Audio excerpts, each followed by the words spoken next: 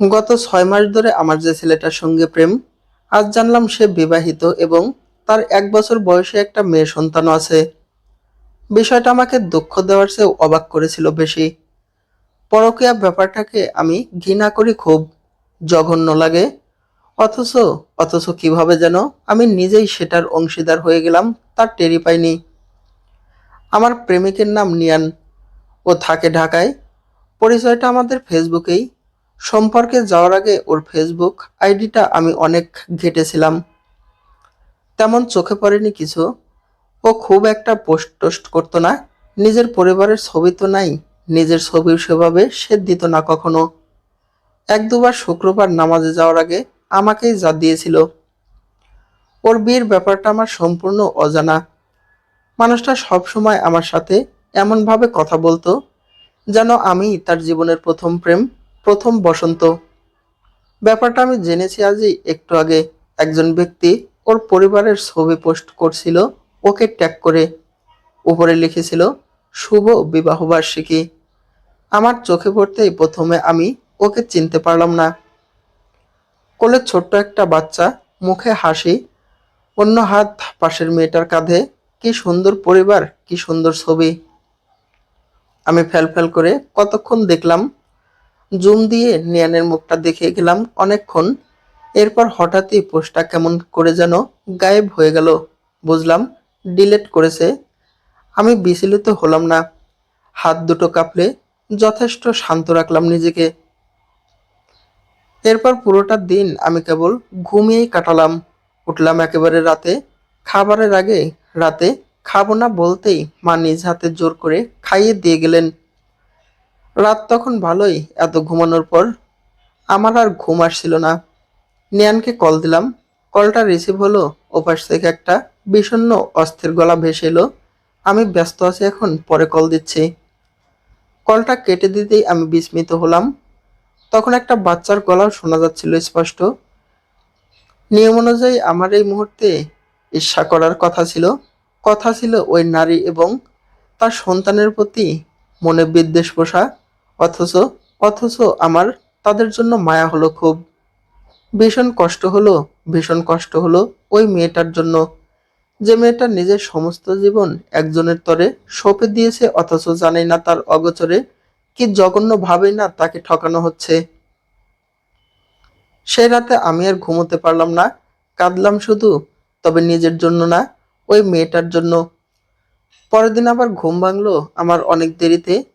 Fresh হয়ে এসে দেখলাম নিয়ানের অনেকগুলো মেসেজ। পড়লাম এক এক করে।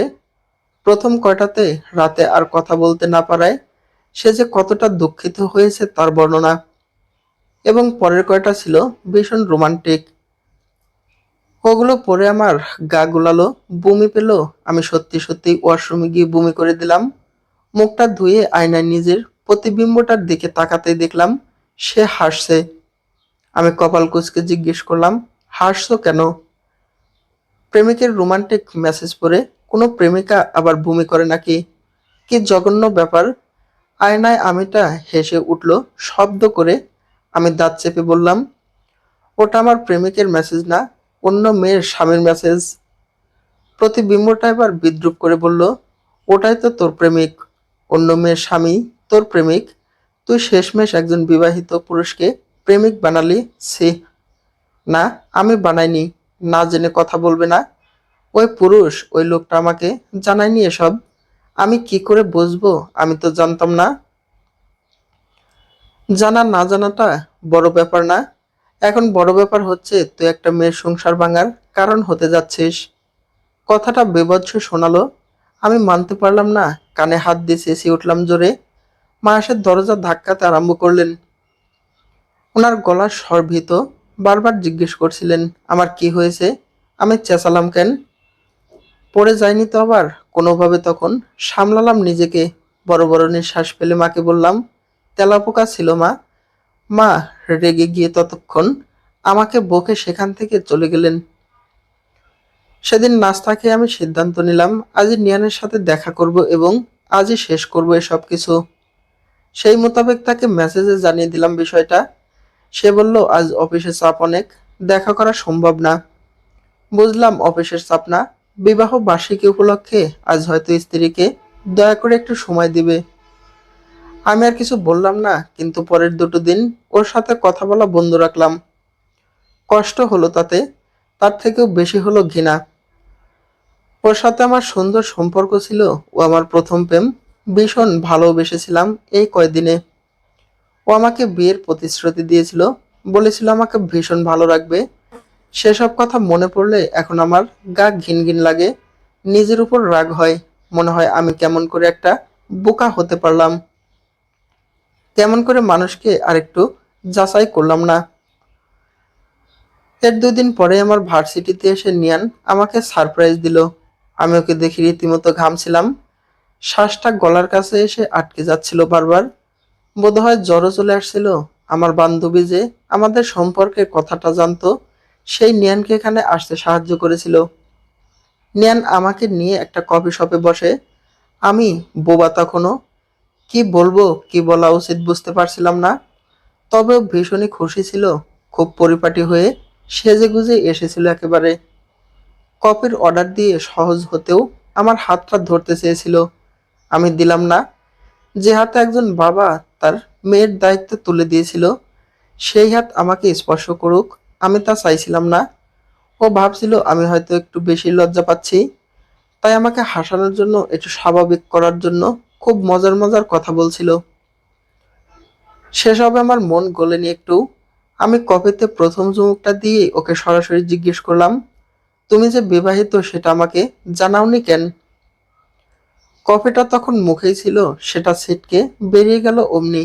থতমত খেলেও আমার দিকে বিস্ফোরিত চোখে তাকালো। আমি নির্বিকার তখন। কফিতে আরেকটা চুমুক বসিয়েছি। ও কি বলবে বুঝতে পারছে না। কফির কাপটা রেখে দিল, এরপর আশেপাশে তাকালো একবার। কোনো প্রকার ভনিতা ছাড়াই বলল, আসলে বলতে চেয়েছিলাম, সময় সুযোগ পাইনি। ওর এমন উত্তর আমি আশা করিনি। আমি ভেবেছিলাম ও ভয় পাবে, তাই প্রশ্ন করলাম আবার, আমাদের সম্পর্কের কথা তোমার বউ জানে? না, তবে শীঘ্রই জানাবো। তারপর? ওর সাথে আমার ঝামেলা চলছে। আমরা কেউই কাউকে আজকাল সহ্য করতে পারছি না তেমন। ডিভোর্সটা হয়ে গেলেই তোমাকে আমি ঘরে তুলবো। তার মানে এতদিন তুমি পরকীয়া করছিলে? পরকীয়া? এটা তো প্রেম। প্রেমের মতো একটা সুন্দর জিনিসকে তুমি পরকীয়া বলে অপমান করতে পারো না? অবশ্যই পারতাম না, যদি সেই প্রেম কেবলই তোমার স্ত্রীর জন্য হতো। কিন্তু তুমি সেটা অপাত্রে ঢেলেছো, প্রেমকে কলুষিত করেছো জঘন্যভাবে। আচ্ছা, তোমার মেয়েটার জন্য তোমার মায়া হয় না? হয়।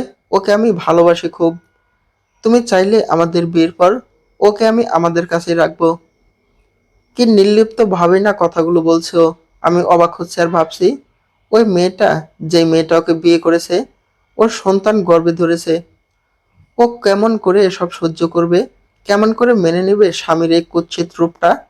আমার বুকে ব্যথা হলো। নিঃশ্বাস ফেললাম জোরে। বললাম, তুমি তোমার মেয়েকে খুব ভালোবাসো, ভালো কথা। যেই মেয়েটাকে ঘরে রেখে এসে আমার সাথে এখন প্রেম করছো, সেও তার বাবার খুব ভালোবাসার সন্তান। অন্য বাবার মেয়েকে কষ্ট দিয়ে নিজের মেয়েকে কেমন করে ভালোবাসবে? বুক কাঁপবে না তোমার? তুমি খুব জটিলভাবে ভাবছো বিষয়টা। আমি আমার স্ত্রীকে কষ্ট দিচ্ছি না, বরং ও এসবের প্রাপ্য বলতে পারো। ওর ব্যবহারে আমি অতিষ্ঠ হয়ে উঠেছি। তাহলে ডিভোর্স দিতে, আলাদা হয়ে যেতে। তা না করে তাকে তোমার জীবনে রেখেই তুমি আরেকটা সম্পর্কে কিভাবে জড়াতে পারলে নিয়ান? তুমি ওর সাথে ভীষণ অন্যায় করেছো।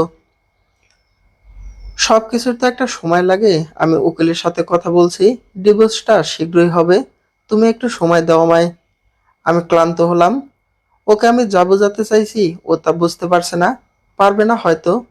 চোখ থাকতেও যে অন্ধ, তাকে জোর করে কিছু দেখানো যায় না। আমি নিজের ব্যর্থতা মানলাম।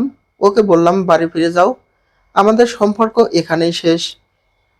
ও হঠাৎই উত্তেজিত হলো, খুব পাগল হয়েছো? সম্পর্ক শেষ মানে কি? আমি তোমাকে পাওয়ার জন্য আমার স্ত্রীকে দিনের পর দিন ঠকিয়েছি, ওর কাছে হাজারটা মিথ্যে বলেছি, আর আজ তুমি বলছো সম্পর্ক শেষ? এত সোজা সব? তুমি একটা জঘন্য পুরুষ নিয়ান। এই কথাগুলো বলতে তোমার লজ্জা লাগছে না? বিবেকে বাজছে না এটুকুও? নিজের স্ত্রীকে মিথ্যে বলে ঠকিয়ে সেটা আবার খুব গর্ব করে বলছো? ছি! আমি নাক ছিটকালাম। আচমকা ওর প্রতি আমার ঘৃণাটা আকাশ ছিল, অথচ ও তখনও নির্লিপ্ত। একই সুরে বলল, হ্যাঁ বলছি, কারণ এটাতে আমি কোনো অন্যায় দেখছি না। প্রেম ভালোবাসা এসবের কোনো নির্দিষ্ট সময়, নির্দিষ্ট গণ্ডি হয় না। তোমায় আমি ভালোবেসে ফেলেছি, এখন যে কোনো মূল্যে আমার তোমাকে লাগবেই। আর তাছাড়া আজকাল এসব খুবই সাধারণ ব্যাপার। বিয়ের পরেও প্রেম ভালোবাসা হচ্ছে অহরহ। এত উত্তেজিত হওয়ার মতো কিছু হয়নি। আমি হাসলাম, শব্দ করেই হাসলাম। আশেপাশের টেবিলের মানুষগুলো আমায় দেখছে। বললাম, বিয়ের পর নিজের স্বামী বা স্ত্রী ব্যতীত অন্য নারী কিংবা পুরুষের সাথে যেটা হয় সেটাকে ভালোবাসা বলে না, সেটাকে বলে লুচ্চামি। আর যারা এসব করে তারা হলো ইতর, আর চরম লেভেলের লুচ্চা। বুঝেছো নিয়ান? আমি দেখলাম ওর ফর্সা মুখটা একটু একটু করে লাল হচ্ছে। মজাই পেলাম তাতে। আরো বললাম, আর সেসব ইতর, ছোট লোক আর চরম লেভেলের লুচ্চাদের কি করতে হয় বলো তো? মনে আছে 2024 সালের জুলাই মাসে নারায়ণগঞ্জে শিখা খান নামের এক মেয়ে তার প্রাণপ্রিয় স্বামী জুনিয়র সাকিবের সাথে কি করেছিল? মনে না থাকলেও সমস্যা নেই, ভিডিওটা এখনো আছে, একবার দেখে নিও মনে করে। কথাটা বলে আমি সুন্দর করে হাসলাম বিপরীতে। নিয়ানকে দেখলাম দাঁতে দাঁত চিবাচ্ছে। আমি এবার শান্ত হলাম কিছুটা, গলার স্বর কমালাম অল্প। শোনো নিয়ান, জীবন মানুষকে বারবার সুযোগ দেয় না, তুমি পেয়েছো। তোমরা পুরুষেরা ঘরে রত্ন রেখে বাইরে পাথরের পিছে কেন ছোট আমি জানি না। এসবে কি আদতে শান্তি পাওয়া যায়, সুখ হয়? কাউকে অন্যায়ভাবে ঠকিয়ে কখনো কি সুখী হওয়া যায় নিয়ান? সময় আছে এখনো। সম্পর্কের অবমাননা করো না, নয়তো একদিন আফসোস করবে। আমি থামতেই নিয়ান পাল্টা প্রশ্ন করলো, সব দোষ আমাদেরই? আর তোমরা মেয়েরা কি দুধে ধোয়া তুলসী পাতা? তুমি না হয় আমার বিয়ের ব্যাপারটা না জেনে সম্পর্ক গিয়েছিলে, কিন্তু এমন তো কত মেয়ে আছে যারা জেনে বুঝে ইচ্ছা করে সম্পর্কে জড়ায়। তাদের তুমি কি বলবে? আমি তো তখনই বলছি, মেয়ে কিংবা ছেলে যেই হোক না কেন, ওরা হলো জঘন্য মানুষ। প্রাণীর চেয়েও অধম, রাস্তার কুকুরও ওদের চেয়ে ভালো। একটা কথা কি জানো, কাউকে ঠকিয়ে কারো সাথে অন্যায় করে বা কখনো সুখী হওয়া যায় না। উপরে একজন আছেন তো, তিনি কারো প্রতি অন্যায় বরখাস্ত করেন না। আমি থামলাম, প্রস্তুতি নিলাম ওঠার জন্য। তখনই নিয়ান বলল, কিন্তু তুমি তো আমায় ভালোবেসেছিলে, এখন ছেড়ে যেতে কষ্ট হবে না? যতটা ভালোবাসা ছিল, সত্যটা জানার পর তার থেকেও অধিক ঘৃণা জন্মেছে মনে। সেটা আর বাড়াতে চাইছি না। এখন না উঠলে নিজের সাথেই খুব অন্যায় হয়ে যাবে। উঠে বেরিয়ে এলাম আমি। বাইরে তখন সন্ধ্যার মুহূর্ত। মাগরিবের আজান হবে কিছুক্ষণের মাঝেই। আকাশের দিকে তাকালাম, দেখলাম পাখি উড়ছে এদিকে ওদিকে। নীরে ফেরার খুব তাড়া ওদের। হঠাৎ আমার নিজেকে খুব হালকা মনে হলো। মনে হলো এই মুহূর্তে আমার যদি ডানা থাকতো তবে আমিও হয়তো ওই পাখিদের মতোই খোলা আকাশে উড়ে বেড়াতাম। সমাপ্ত। গল্প অন্তরাল। লেখক জান্নাতুল ফারিয়া প্রত্যাশা।